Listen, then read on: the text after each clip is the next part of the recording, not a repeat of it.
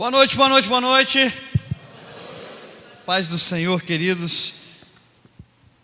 É muito bom estar aqui com os irmãos. Muito bom estar aqui com os irmãos. Estivemos na sexta-feira. Quem estava aqui sexta-feira agora? Quem estava aqui conosco? Uau, bênção. Trazemos um abraço da Primeira Igreja Batista em Goiabeiras, igreja que nós estamos pastoreando. Nós passamos lá no primeiro culto, demos abertura no primeiro culto da noite, deixamos um dos nossos pastores para pregar, e outro pastor irá ministrar no segundo culto, para a gente estar aqui, né, com os amados irmãos. Uma alegria muito, muito grande, rever alguns amigos, né, pastor Marcelo, Jonemar, que são parceiros, amigos, irmãos de ministério, a quem nós amamos muito, respeitamos muito, e aprendemos muito com vocês, pode ter certeza, viu? E rever parentes também. Minha prima está ali. Ei, Glaucia, bom te ver, né? E também ver os irmãos, né? Nós pregamos na sexta e outras oportunidades também aqui. E é uma curiosidade que hoje quem está pregando do nosso lugar agora lá no segundo culto noturno é um filho dessa igreja. Quantos aqui se lembram do Alessio, que saiu daqui menino, filhos de Edmar e Gisélia? Deu trabalho, irmão, deu trabalho. Deu trabalho, irmãos? Olha para você ver como Deus opera. Hoje Alessio é o nosso pastor dos jovens, vocês acreditam? É um filho na fé nosso, que nós acompanhamos há 6 anos já, e hoje é o nosso pastorzinho da juventude, que a gente brinca, né? A gente brinca que ele já é pastorzinho, porque ele é o líder dos jovens, ainda está se preparando para ser pastor efetivamente, mas já é o pastorzinho da juventude. Muito bem, abra sua Bíblia no Evangelho de Mateus, capítulo 1. E deixa a sua Bíblia aberta em Mateus, capítulo 1. Nós vamos ler o versículo 1, o 5 e o 16. Deixe a sua Bíblia aberta, eu quero contar uma história para você. Você vai abrir aí Mateus, capítulo 1. Você vai abrir em 2 textos, na verdade. Você vai abrir Mateus, capítulo 1, e no livro de Ruth, capítulo 1. Você vai deixar a Bíblia aberta nos 2 textos. Nós vamos ler Mateus daqui a pouquinho e vamos depois voltar ao livro de Ruth, que está lá no Velho Testamento. Tá bom? Mateus e Ruth, todos 2 no capítulo 1. Bom, nós queremos falar sobre famílias transformadas que abençoam gerações. Mas antes de entrar propriamente no texto e na mensagem, eu quero contar uma experiência que eu tive há um tempo atrás com a minha família, que foi um tempo de muita qualidade, um tempo muito agradável, onde nós pudemos fazer um passeio ao Parque do Beto Carreiro. Meus filhos eram pequenininhos, a Ana Beatriz, a minha mais velha, que hoje está com faz 13 anos agora, ela estava com 7 aninhos, ou seja, isso tem 6 anos. E nós chegamos no Beto Carreiro e a primeira coisa que nós vimos lá foi uma montanha-russa enorme. E nós olhamos e achamos aquilo o máximo, principalmente eu, vindo do interior de Aimorés, uma cidadezinha chamada Rosca Seca. Irmão, é verdade, o nome é esse da cidade, né? Aliás, o nome da cidade é São Sebastião da Vala, o apelido é Rosca Seca. Imagina, um camarada com o nome de Eliender, vindo de Rosca Seca. Eu podia estar falando sobre bullying aqui para vocês. Vocês iriam, né? Ia ser uma mensagem fácil de pregar para os irmãos. Mas eu cheguei lá, não conhecia nem escada rolante, quanto mais, né? Quanto mais montanha-russa, mesmo de verdade. Eu cheguei lá e olhei e achei o máximo. Irmão, se você conseguir enxergar, tiver uma vista um pouquinho melhor, você vai ver que aqui tem um trator, para você ver o tamanho desse negócio. E quando nós chegamos, a minha filha falou: pai, vamos na montanha-russa? Irmão, eu confesso, naquela hora me foi um misto de alegria com preocupação. Alegria porque eu falei, eu tenho a oportunidade de ir na montanha-russa, e preocupação porque eu não tenho coragem de ir na montanha-russa. E aquele negócio era muito alto, e eu falei, o que muitos homens fazem quando não sabem o que fazer? Conversa com a sua mãe. E eu falei, vai lá e pede para sua mãe para ela ir com você. E ela foi falar com a Anelisa, e a Anelisa falou, de jeito nenhum, nem morta eu subo naquele negócio, nem morta. E ela me convenceu, aquela carinha, né, de pidona. Filha chega para o pai, primeira filha chega para o pai, pede, e a gente fica naquela sensação assim, né? Poxa, eu estou aqui, quando é que eu vou voltar de novo? Ou seja, nunca mais voltei depois daquilo, né? Falei, tá bom, minha filha, eu vou com você. E nessa montanha-russa, irmãos, eu me assentei na montanha-russa, e quando eu cheguei nesse lugar, na montanha, tinha uma fila enorme, e eu todo cheio de coragem, Vamos lá, minha filha, vai dar tudo certo, vai ser legal. Sentamos e o negocinho fez treque. E eu me senti preso. Eu falei: e agora? Como é que eu saio desse negócio? Precisar? Não tem mais jeito. E de repente começou a subir e falei: tá fácil demais esse negócio. Tá muito legal. E foi num tec. Tá muito legal, tá bacana. E só subia. Quando de repente a pessoa que estava lá na minha frente eu já não via mais. Ela sumiu da minha frente ali. E foi um Deus nos acuda quando aquela montanha-russa que tinha looping e tudo mais, e de repente aquele troço desceu num desespero. E eu descobri depois que tinha uma máquina que tirava foto das pessoas que estavam na montanha-russa. E é interessante ver a cara da minha filha, pequenininha, irmão, com os 2 dedinhos assim, e eu com os dentes travados que só. Se você conseguir ver, vamos tentar dar um zoom na imagem aí. Vamos ver se eu vou conseguir dar um zoom na imagem. Aperta aí, irmão. Isso, a carinha dela, pequenininha, quase caindo daquele negócio, quase não pegava ela direito, o ombro lá embaixo, né? Ela toda feliz da vida, realizando o sonho. E a cara do pai dela? Vamos lá. É porque não dá para ver, porque a foto não é tão boa assim, mas aqui, irmão, tem um caroço que é minha veia. Desesperado, travando tudo ali, pensando: meu Deus, o que eu vim fazer aqui nesse negócio? Foi um Deus nos acuda. Hoje eu tenho pelo menos experiência para contar, para dizer: eu fui na montanha-russa, você não foi? Eu não né? fui, não dei conta. Não deu conta?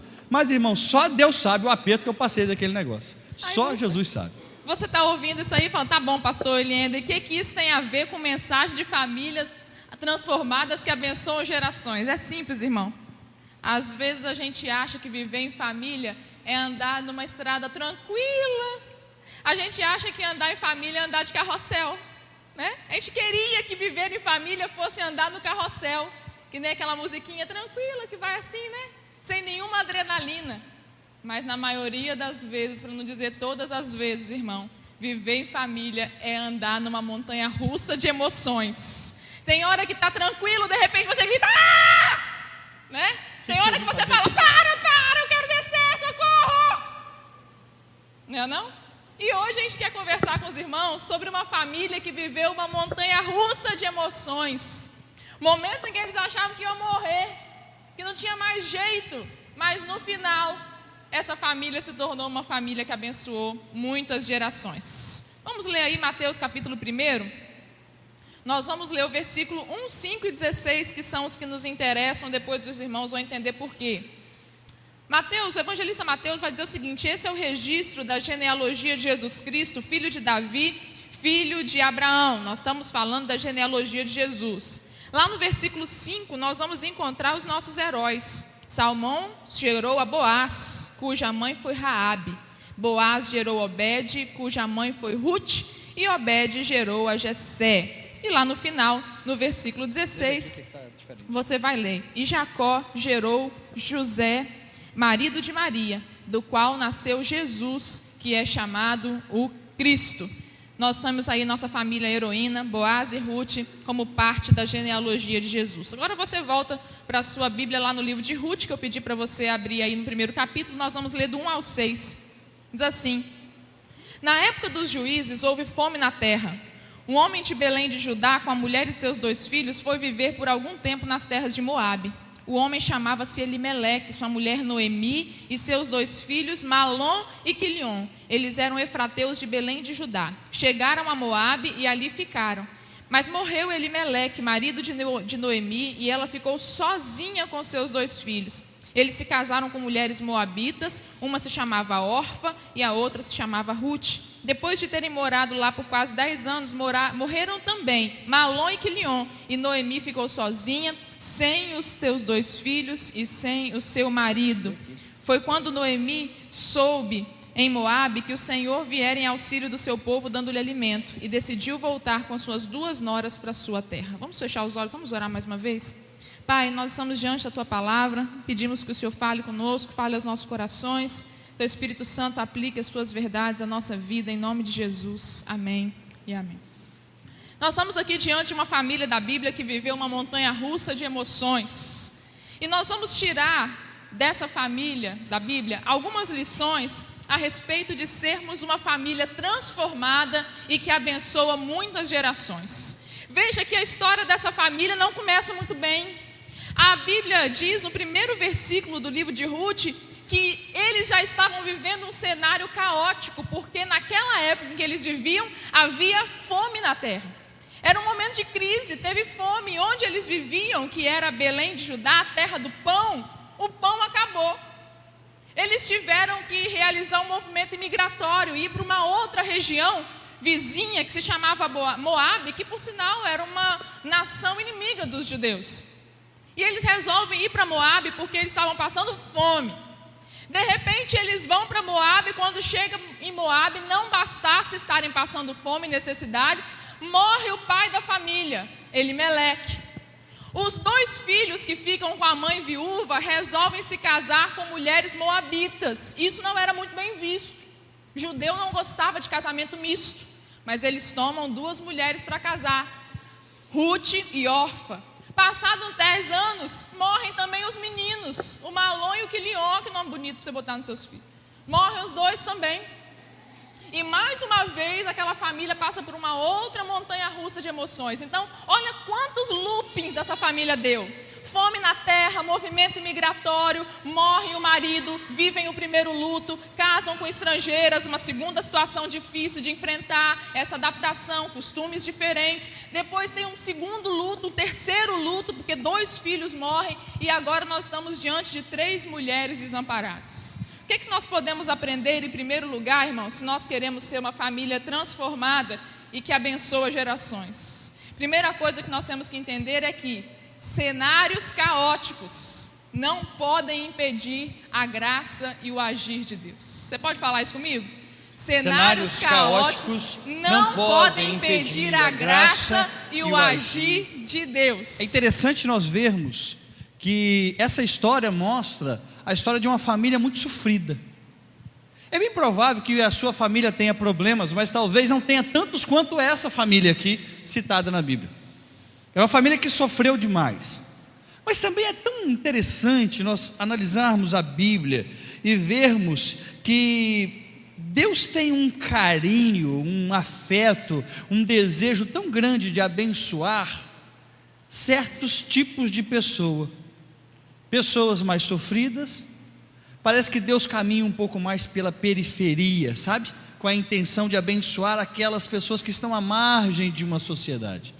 A sensação que dá é que Deus faz isso com prazer. Por exemplo, Israel era um povo que viveu no deserto, e Deus tem um prazer em abençoar esse povo sofrido.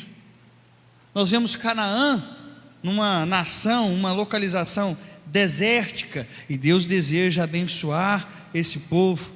Nós vemos Jesus nascendo numa estrebaria, numa periferia de Belém, que já era uma cidade pequena. Nós vemos o próprio Jesus, ou o ministério de Jesus, começando numa periferia das cidades, ou seja, num deserto, começando fora das grandes concentrações inicialmente. Nós vemos que Deus tem um prazer em abençoar, em ajudar, em orientar pessoas, ou povos, ou famílias que vivem uma vida sofrida. O que nós aprendemos aqui nessa primeira lição, olhando para a vida de Ruth, é que cenários caóticos, cenários complicados, não podem impedir a graça e o agir de Deus.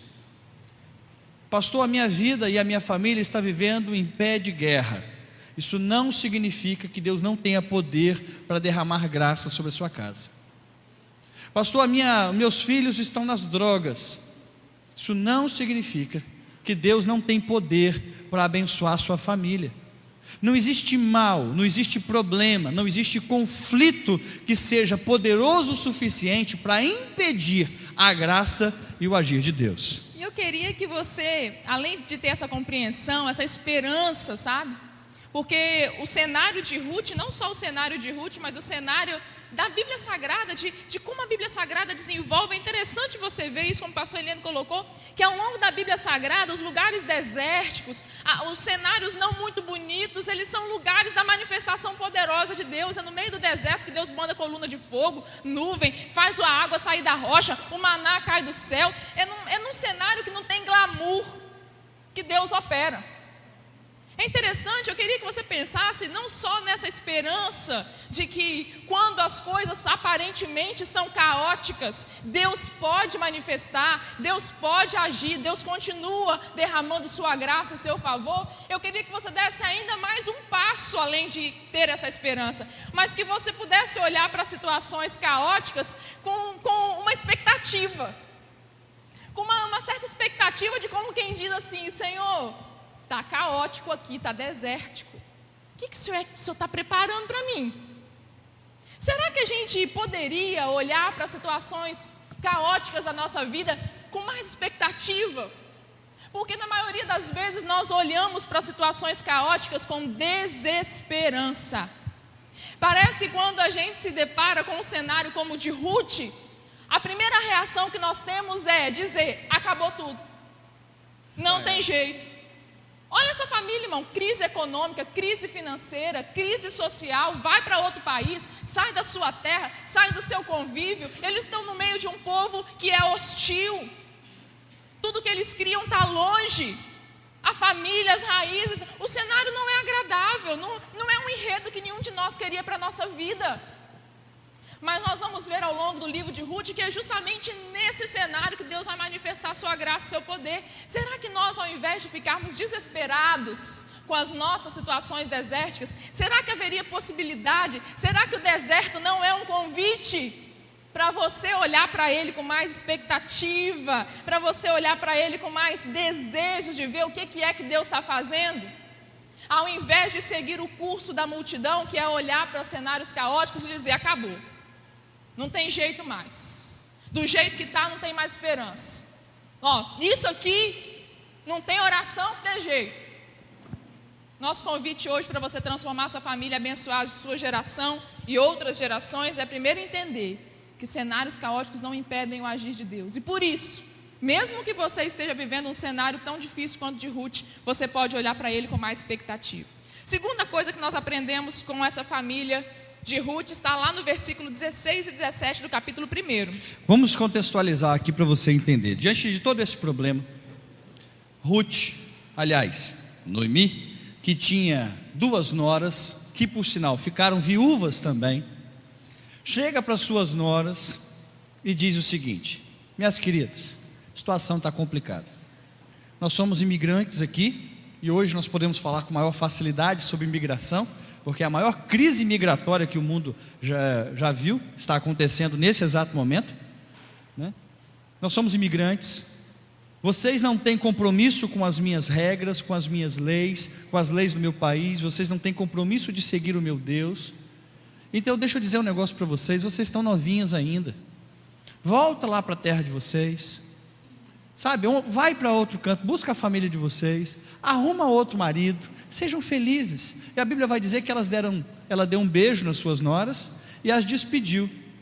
Só que aí entra o versículo de número 16 e 17.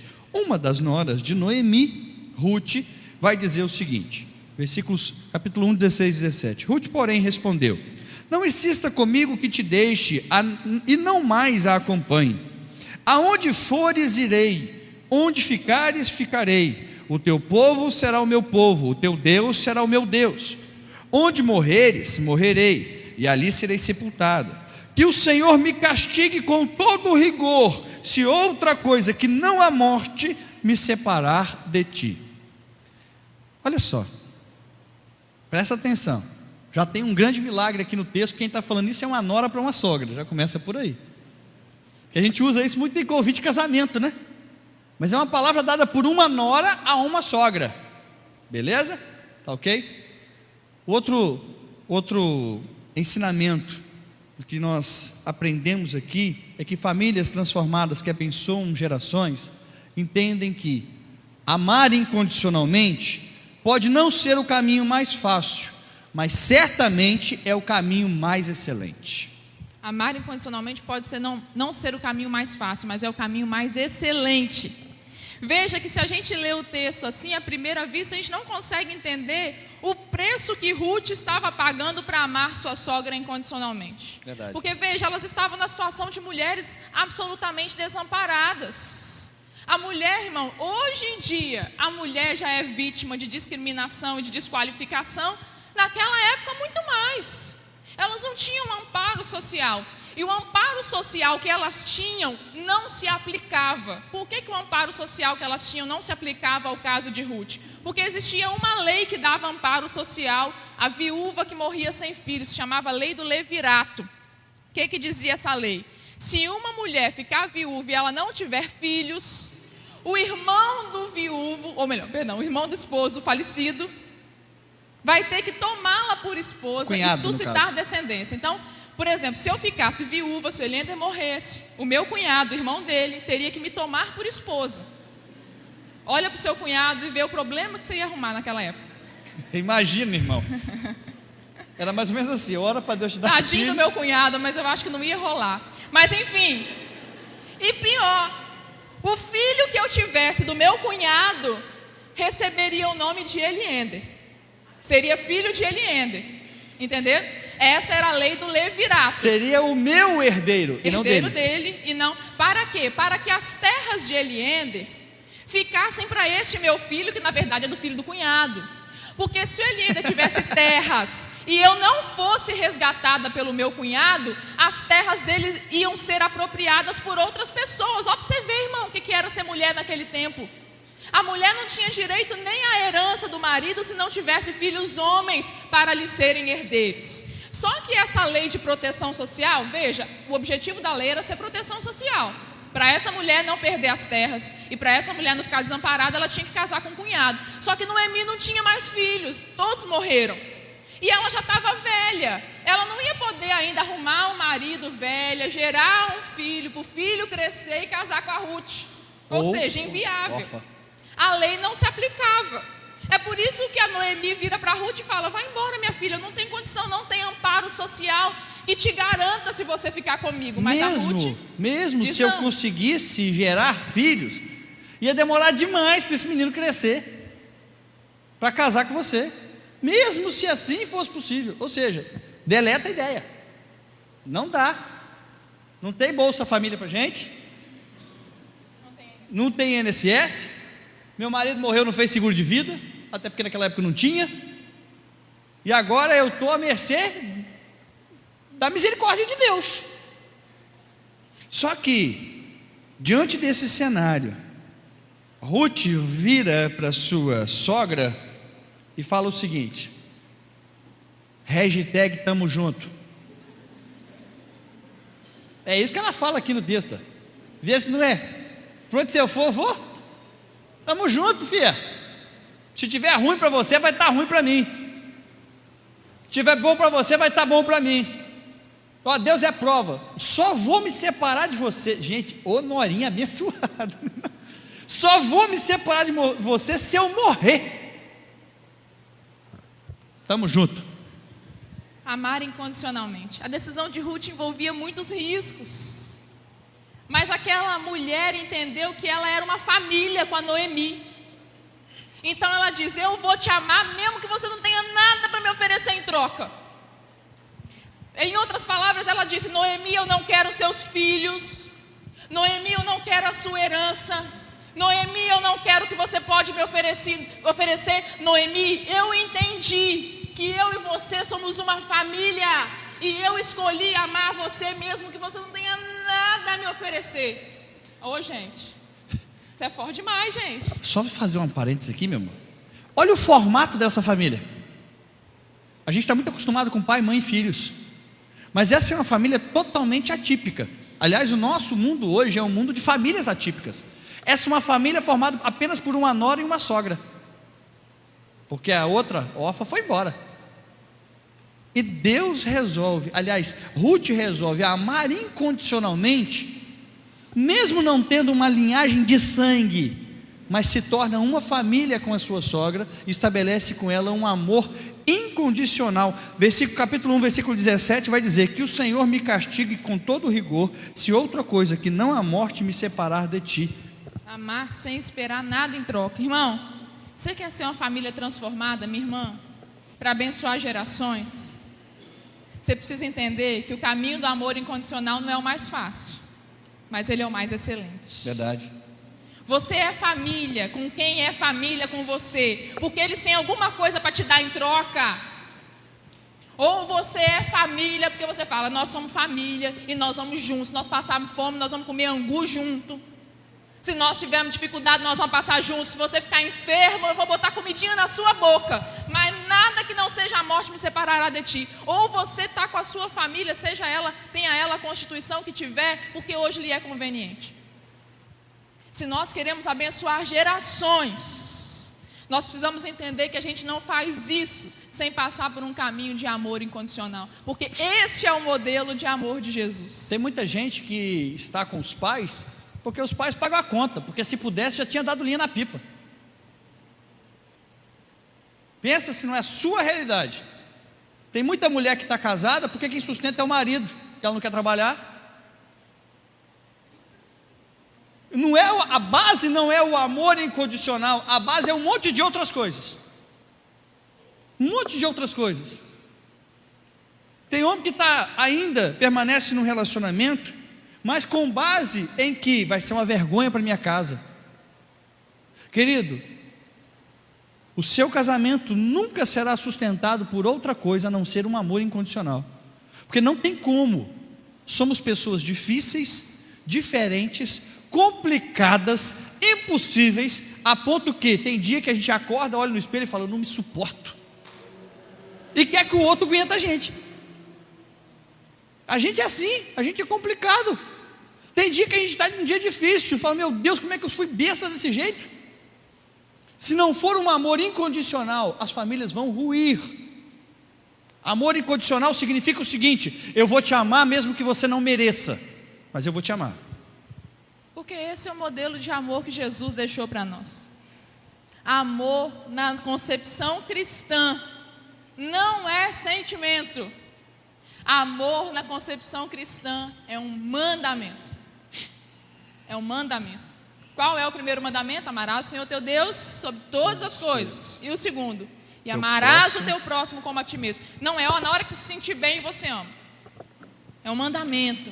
E é esse modelo que Jesus deixou para nós. Jesus nos amou, sendo nós ainda pecadores. Ele fez uma aliança de amor. E é isso que Ele espera que a gente faça na nossa família também. Terceiro lugar, irmãos, terceira lição que nós queremos pegar no livro de Ruth, está lá no capítulo 2, versículo 2. Aí, Ruth, depois diante da declaração de amor incondicional de Ruth, de que voltaria com Noemi para Belém, as duas voltam para Belém, a terra de onde eles tinham saído lá que tinha fome, lembra?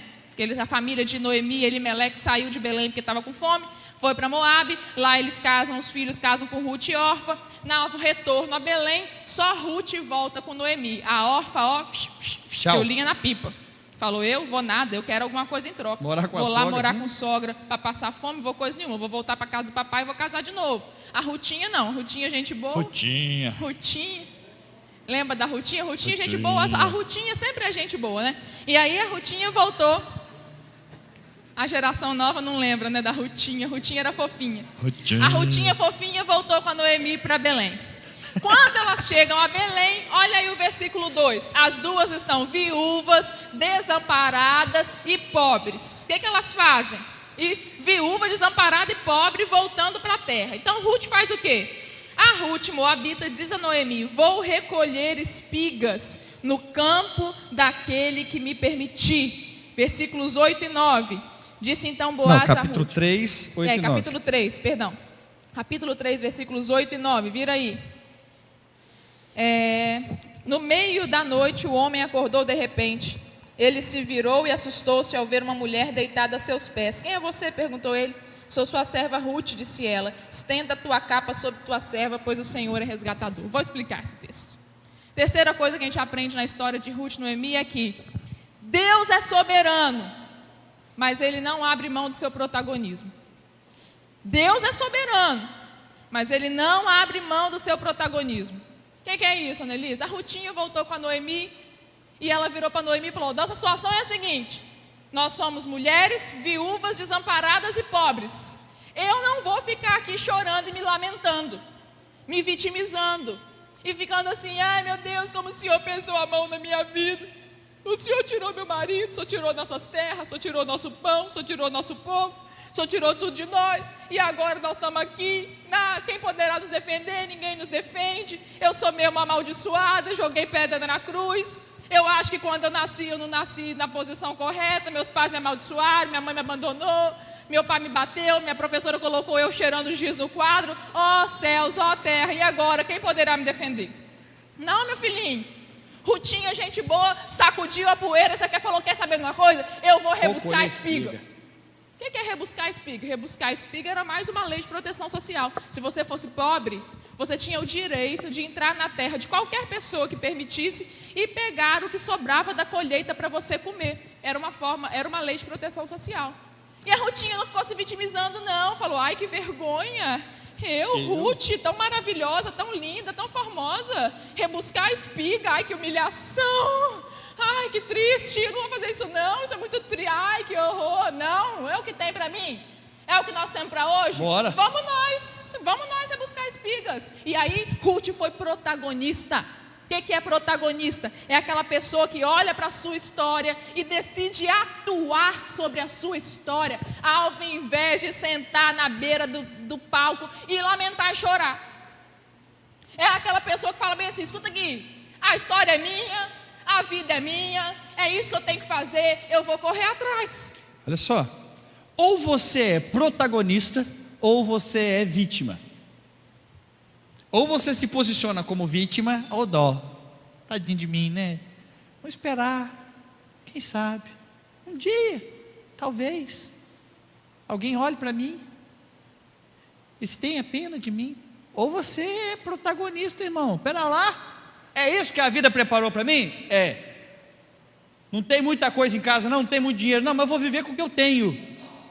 Eu vou correr atrás do que eu posso fazer. Eu vou lutar com as forças que eu tenho para lutar. É colher espiga? É. Minha amada irmã, se você viver há um tempo usando perfume francês e agora está tendo que usar perfumezinho Jequiti, paciência, né? É bom também, né? Mas vive a vida, corre atrás do que dá para fazer. Agora você está vivendo um momento de maior dificuldade, de maior luta. Tem problema não, irmã, mas vá ao trabalho, irmão, vá ao trabalho. Deus não abre mão do seu protagonismo. Sabe quem tem que ser o herói da sua casa para salvar a sua família e transformar a sua casa? Sabe quem? Pega o dedinho, faz assim, fazendo favor, faz assim com o dedinho, isso, e faz assim, eu. É você, irmão. Se você ficar esperando por um posicionamento do seu pai para mudar a sua família não vai mudar nunca. Sabe por quê? É você que tem que mudar primeiro. É ser protagonista. Ruth não ficou esperando não. Mas quando a Rutinha foi protagonista, Deus entrou com soberania. Onde que ela vai rebuscar a espiga? Quando ela chega para rebuscar a espiga, ela rebusca no campo de um camarada chamado Boaz. Parente então distante. nada a ver. Ela não sabia de nada. Quando ela volta para casa com as espiguinhas de milho para fazer aquela papa, a Noemi vira para ela e fala: filha, onde foi que você pegou essas espigas tão bonitinha, tão novinha, tão gostosinha, fazer uma papa de milho espetacular, botar uma canelinha, maravilha. Aí ela fala: no campo de um senhor chamado Boaz. Noemi fala: menina, que babado! Você não sabe quem é Boaz, não? Ela: não, menina, tá até arrepiada. Nosso pai é terra, até arrepiei agora, sangue de Jesus, aleluia. Olha só, minha irmã. Sangue de Jesus naquela época foi ótimo. Boaz é resgatador. E a Ruth falou: o que é isso? Yeah. Resgatador, menina, você não conhece a lei não, vai ler a Bíblia. O resgatador é o seguinte: ele é um parente distante, mas ele pode te resgatar. Ele pode cumprir a lei do levirato na sua vida, porque ele é sangue de Elimeleque, ele é parentado meu. Então a gente pode pedir para ele ser resgatador. Filha, você vê que eu vou te dar uma... Minha filha, presta atenção. Vai lá e pega seus Mary Kay, tudo que está guardado. Pega tudo. Pega tudo. Não, Mary Kay não, porque elas estão em crise e elas não iam conseguir comprar uma Mary Kay. Pega lá, minha filha, seu charisma, seu toque de amor. Toma um banhozinho gostoso, passa um talquinho, desodorante, rapa o cabelo de chuvaco e vai, minha filha, que o Boaz vai estar hoje na era. O Boaz vai lá toda noite, ele fica lá deitadinho na eira. Você vai fazer o seguinte: você toma um banho, fica cheirosinha, linda, linda, faz uma maquiagem, posta um cílio postiço e vai, filha. Você chega lá e deita nos pezinhos do Boaz. E quando ele assustar que você está nos pés dele, você fala bem assim: estende a tua capa sobre mim, que tu és resgatador. A Rutinha, protagonista, não pensou duas vezes. Se arrumou toda bonitona, cheirosinha, passou os meriqueiros, via que tinha tudo que tinha direito, e foi, deitou nos pezinhos de Boaz. Lá pelas tantas, Boaz acorda. Fala: opa! Quem é essa mulher bonitona, cheirosa, esse pitelzinho que está aqui deitado no meu pé? Ah, papai. Ah, papai. Né? Quem é essa, papai? Que é isso, papai? Que é isso? Que benção é essa que caiu aqui de repente? Meu Deus do céu, ah, se eu te pego. Aí ela virou, falou assim: você pode pegar. Sabe por quê? Porque eu sou Ruth. Estende a sua capa sobre mim, que tu és resgatador. E aí nós vamos ver que o Boaz ficou tão entusiasmado que ele falou: amanhã mesmo eu vou juntar os anciãos da terra e nós vamos resolver esse problema e nós vamos casar. Menina, que você é bonito demais. Nosso pai, que benção que caiu aqui no meu jardim, e nós vamos resolver esse problema. Irmão, Deus é soberano. Se ela não tivesse se ela não tivesse ido até... Vocês estão me ouvindo ou não estão me ouvindo? Se ela não tivesse ido até o campo rebuscar espiga, nada disso tinha acontecido. Concorda comigo, sim ou não? Ou seja, Deus é soberano, sim, mas Ele não abre mão do seu protagonismo, querido. O que você precisa fazer na sua família para começar a transformar e abençoar gerações? Por menor que seja. Por menor que seja. Talvez você não está dando valor a coisas pequenas que você pode fazer. Você sabe escrever, meu irmão? Todo mundo aqui sabe escrever?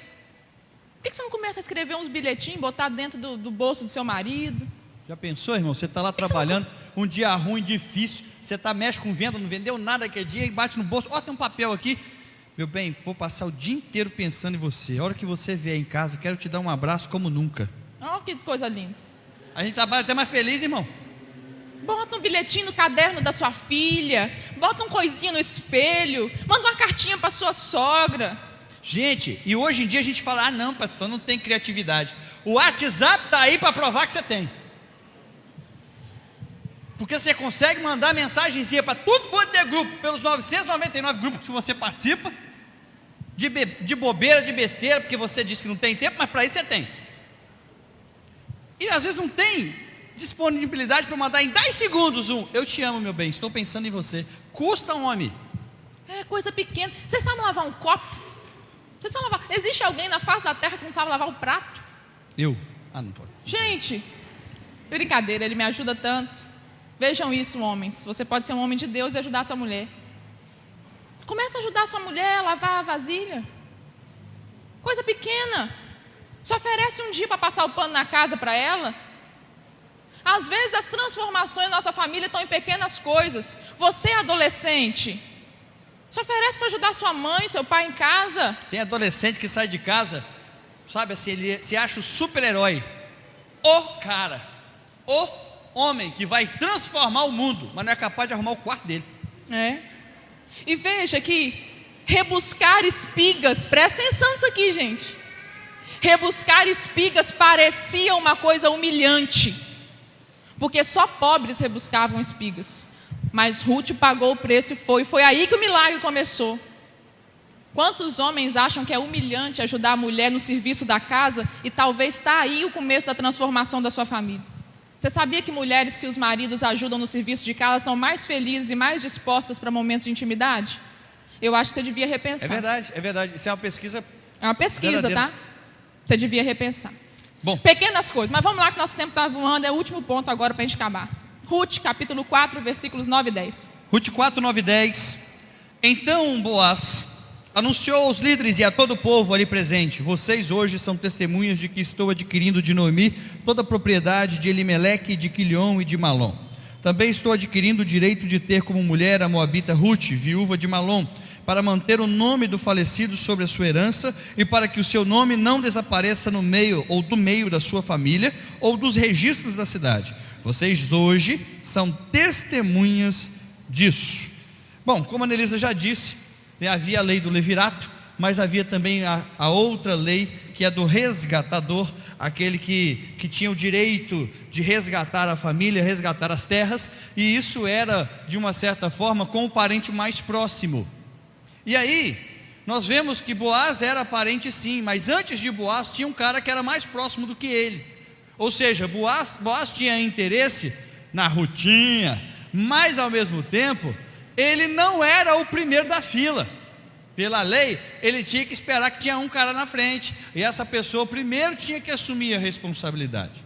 Bom, falando sobre isso, famílias transformadas que abençoam gerações entendem que, para ir além como família, é necessário assumir todas as responsabilidades com essa família. O que aconteceu? O Boaz teve que oferecer para o primeiro homem lá o direito de resgatar a Ruth, mas na verdade o resgate era da terra. Lembra que eu falei que as terras da família da viúva ficavam à mercê de quem quisesse tomar? Então o cara tinha o direito de comprar essas terras, mas para comprar as terras ele teria que levar a Ruth como esposa. Quando o Boaz falou com ele que as terras estavam à disposição, ele se interessou. Mas na hora que ele falou, tem que tomar a Ruth como esposa, o Fala falou, agora então não quero não. A terra eu quero, mulher eu não quero não, que eu já tenho aí, vai arrumar mais problema para mim, então eu só quero a terra. Aí o Boaz falou, não, então eu vou resgatar, porque eu quero tomar a Ruth como esposa. Ou seja, Boaz assumiu todas as responsabilidades, não só sobre a terra, mas principalmente sobre a vida de Ruth. Se nós queremos uma família abençoada que transforme gerações, nós precisamos entender que não tem como viver bem em família sem assumir responsabilidade. Meu irmão, seus filhos são sua responsabilidade. Não é responsabilidade da igreja, nem da escola, nem do governo, os filhos que você pôs no mundo. Porque nós hoje estamos acostumados a terceirizar a responsabilidade sobre a nossa família. Educação religiosa, é responsabilidade da igreja. Educação escolar, é na escola. Ou então, vida em família, responsabilidade do celular ou do tablet, porque eu não tenho paciência mais, e a gente arrumou uma babá eletrônica agora. Em vez de cuidar do menino, você dá ele para o tablet e cuidar. Responsabilidade de pai e mãe. Você, querido, pôs no mundo, agora cria. Agora cria. O filho não pediu para nascer, mas isso é responsabilidade sua. É responsabilidade de todos os integrantes. Presta atenção, tem jovem adolescente aqui ouvindo também. É responsabilidade de todos os integrantes da família garantir que o espaço da sua família seja um espaço onde as pessoas se sintam amadas, acolhidas, aceitas e respeitadas como são. É sua responsabilidade. Não adianta querer que o pastor vá lá orar, não é que a oração não seja importante não, irmão. Quando você não trabalha para tratar o outro da sua família com respeito, não adianta não, é sua responsabilidade ensinar que na sua casa não se grita.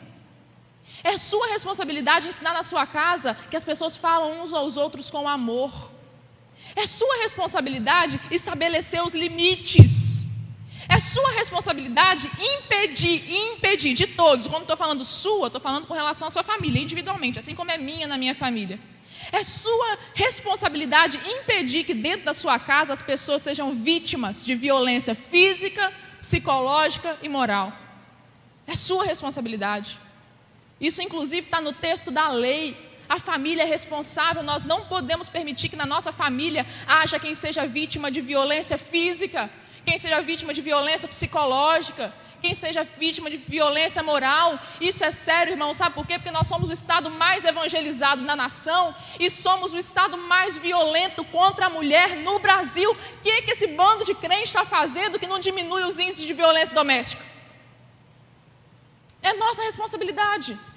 É nossa responsabilidade promover a dignidade de quem vive com a gente, quem é da nossa família. É nossa responsabilidade apresentar Jesus um para o outro. É nossa responsabilidade. Não é responsabilidade do amigo, da família, do pastor, de quem quer que seja. A responsabilidade é sua. E olha, observa, todos na família têm responsabilidade. Todos. É muito interessante que dentro de casa, às vezes a gente divide muito as responsabilidades. Por exemplo, pagar a conta, às vezes é assim, né? Do homem. Arrumar a casa, da mulher. Não, irmão. É dos dois. Se os dois trabalham, os dois são responsáveis por pagar a conta. E se um trabalha e o outro não trabalha, um é responsável por pagar e o outro é responsável por não gastar tanto. Pagar a luz, ajudar a manter a casa, porque também é uma boa forma de economizar. A quem mora nessa casa? Quem é responsável pela faxina da casa? Quem mora dentro dela. Sabe, tem menino, gente, que não... Em nome de Jesus, ensina as filhas a trabalharem, pelo amor de Deus. Nós estamos criando uma geração que não sabe trabalhar, não sabe conviver com conflito. Nós estamos ensinando os meninos, às vezes, a não lavar um prato, gente. Senta todo mundo na mesa, vamos comer todo mundo junto, e cada um é responsável por tirar a mesa. Por que a responsabilidade é só da mulher? E ela trabalha a semana toda, e no domingo ela vai lá e faz tudo isso sozinha também. Aí o cara vai dizer, mas eu também trabalho a semana toda. Irmão, cuidar de casa é um serviço que nunca acaba. Quando você termina de limpar, você tem que limpar de novo. É sério.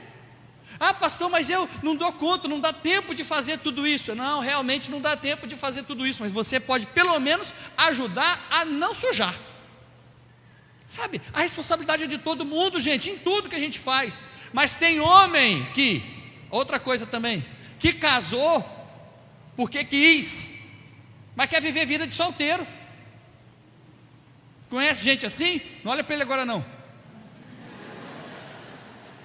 Casou e quer viver vida de solteiro, filho. Casou, meu irmão, é vida de casado. É solteiro, é vida de solteiro. Aí hoje nós estamos vivendo um conflito. Quem é solteiro quer viver vida de casado. Quem é casado está doido para divorciar. E quem é divorciado está doido para arrumar outra pessoa melhor do que o primeiro. Os heterossexuais, alguns querem distância. Os homossexuais querem se aproximar. Que coisa louca. Olha que mundo louco que a gente está vivendo.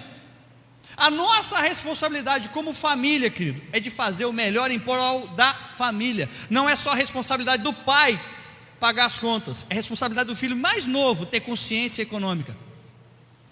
Não é só a responsabilidade da mãe lavar banheiro. É a responsabilidade de todo mundo. Engraçado. Dá para entender isso? Que nós somos batistas e a gente não aprende com as boas tradições. Meu irmão, faz uma assembleia na sua casa. Convoca uma sessão solene. Estabelece, ó, essa é a comissão da limpeza da cozinha. Essa é a comissão de análise de contas. Aqui, tem muito adolescente aqui que tem capacidade para criar até um aplicativo para poder vocês gerenciar as contas domésticas, mas você não divide com seus filhos que vocês estão Às vezes lá ele não perto. sabe nem quanto você ganha e quanto você gasta. Conversa Divide com ele. Divide com ele. Ele não sabe.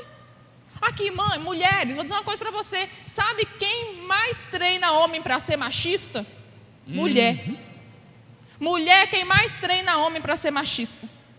Porque é mulher que protege o filho e joga o serviço de casa todo em cima das costas da filha. É ou não é verdade isso que eu estou falando?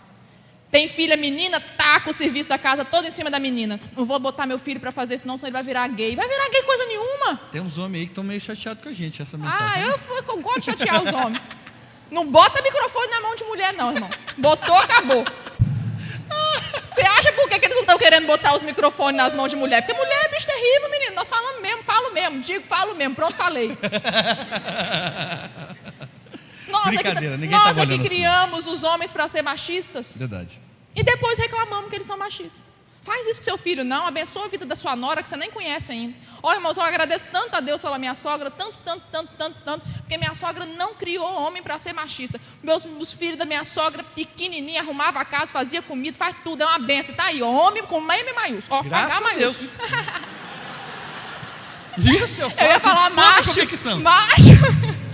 Macho com M maiúsculo. Vamos lá, irmão, Homem vamos com M terminar. maiúsculo, então, foi ótimo. Vamos terminar. Homem com Foi M ótimo. maiúsculo. É bom que o povo riu. Muito bem, Homem vamos com terminar. H, hein? Bom. Irmão, caminho para ter uma família abençoada não é um caminho retinho e asfaltado. É uma montanha É uma russa. montanha russa. É uma montanha russa. Envolve decisões difíceis. Envolve amar incondicionalmente. Envolve ser protagonista e arregaçar as mangas. Envolve assumir responsabilidade. Mas o final da história de Ruth não podia ser mais empolgante.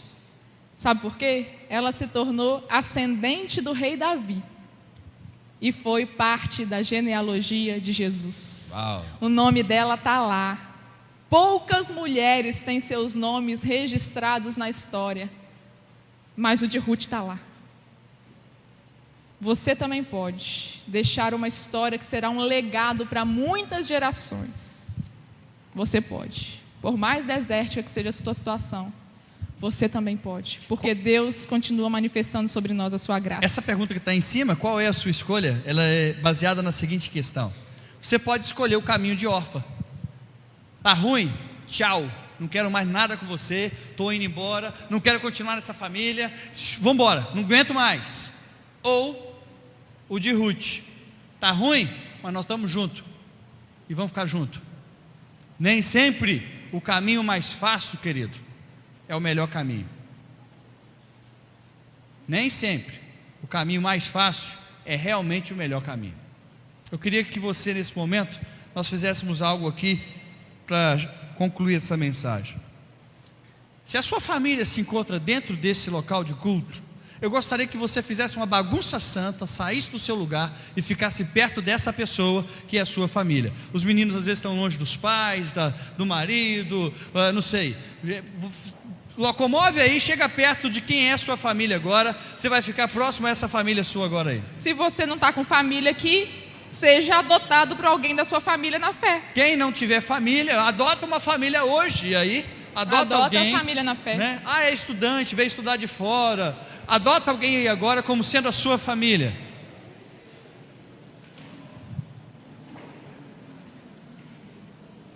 Adotou? Chegou, gente? Está todo mundo juntinho? Beleza?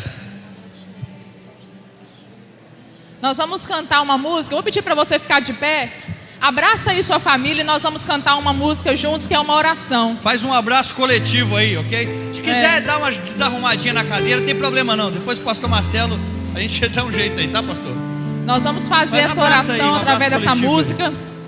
E fala aí para quem é da sua família: vamos ser uma bênção para muitas gerações?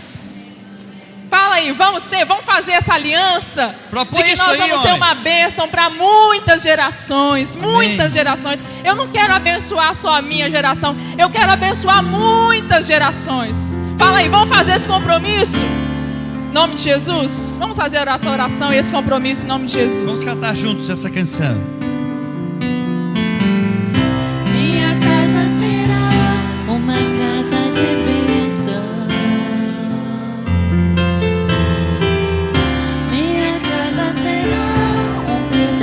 Do céu,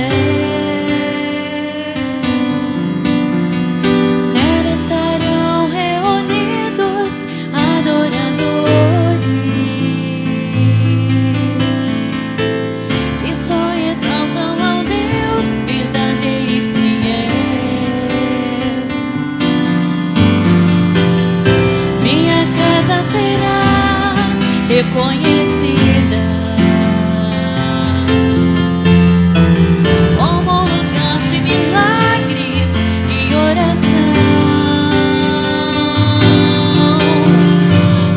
Jesus tem prazer em ficar, onde o Espírito Santo habita, onde há prosperidade, amor e vida. Nossa oração. Faça do meu lar, Senhor, um lugar de harmonia. Faça do meu coração tua casa todo dia.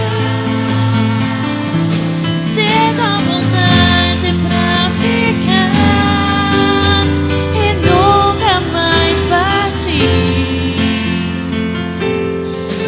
pois a casa que um dia te recebeu nunca mais saberá viver sem ti. Eu queria que você, de olhos fechados agora, se você é pai ou mãe, e se você puder nesse momento, eu gostaria que você impusesse mão sobre a sua casa e realmente abençoasse mesmo, colocasse a mão sobre a cabeça dos teus filhos, tua esposa, teu esposo. Mesmo que você tenha que fazer uma pequena locomoção aí, você vai abençoar essas vidas, você vai declarar palavras de bênção a essas famílias. Se você está sozinho aqui e a sua família não se encontra, você pode fechar os teus olhos e pode ter certeza que a mão do próprio Jesus vai ao encontro deles, em nome de Jesus.